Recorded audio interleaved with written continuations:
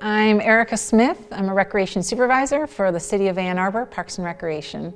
The Ann Arbor Park System is comprised of over 2,200 acres. That's 160 plus park properties. So within that, there are nature areas, there are small pocket parks, in a neighborhood. When the pandemic, hit, parks became even more essential than they already were. So those of us in the parks field, this was our moment to show how important parks are to people's health and well-being, both mental, physical, and all of that. So one of the things that we did was kick off a Visit Every Park challenge. And one area that we really struggled with was our mapping tool. We were using very outdated PDF static maps that did not show park entrances, they didn't show nearby streets.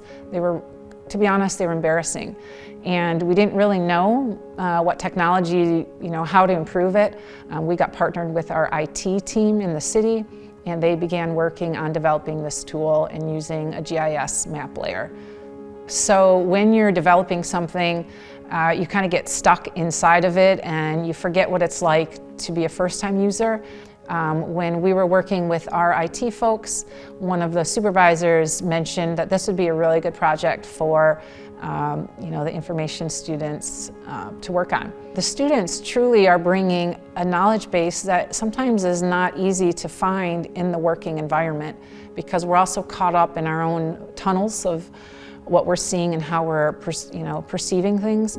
So the students come in and right away you can tell that they have experience in understanding the value of a first-time experience, because that's really what you want to know, at least in our case, was what is this like for people and what would make it better? And that's what they're trained in, and that's what they can deliver.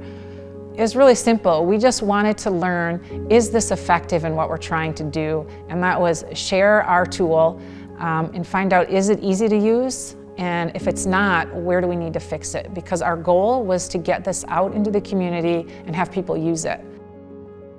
People who care about something, they want to give feedback, but more than anything, they want their feedback to matter, because there is nothing worse than spending time to give feedback on something and either nothing comes of it, you never hear from it, and nothing changes. So I know for me, my commitment is always, if you're going to give feedback, know that we're going to listen to it and we're going to do what we can to implement it. Not every bit of feedback can be implemented for various reasons, but there should be a true intention of wanting to be open to that feedback and being willing to implement what you can or to put it on your long-term goals, They did a great job, and there were both things that I was expecting, and there's a couple things that were surprising, and also yeah, of course, we're so focused on our specific park finder. Was it doing these things?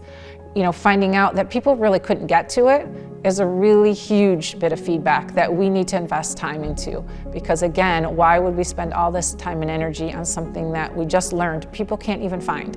So even the things that we knew were a problem, getting valuable feedback that we can then take to help gain more support for the changes that are needed is really valuable. It's different than staff just saying, we think this. Now we can say, this is the feedback we got from the community.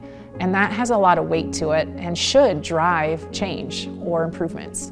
You need to be an advocate for your project and for the feedback that you get.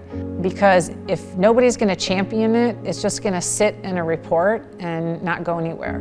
What I try to do is show them, this is really valuable, people are going to use it, but for it to be the best, we got to invest a little bit more into some of these things. And the better that it works, the more people are going to use it.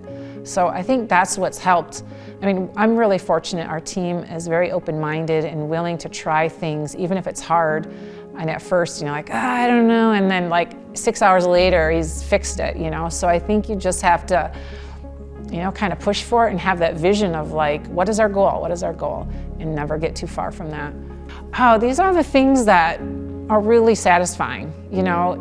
I think everybody in today's day and age, with the volume of emails that we get, especially in the public sector where people can email you any time of day, with any thought that they want. And sometimes they're anonymous, and so it can be not nice. And we all have a heavy volume of work, but most people You know, it's those special projects that I think are the most exciting to work on because, you know, if we didn't touch this, we wouldn't have anything, but people wouldn't be out into the parks. So for me, you know, this is my profession. I love championing the importance of parks in communities and for people.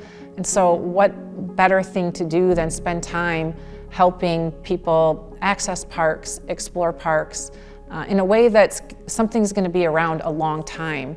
So for me, you always find time for things that, you know, are important to you.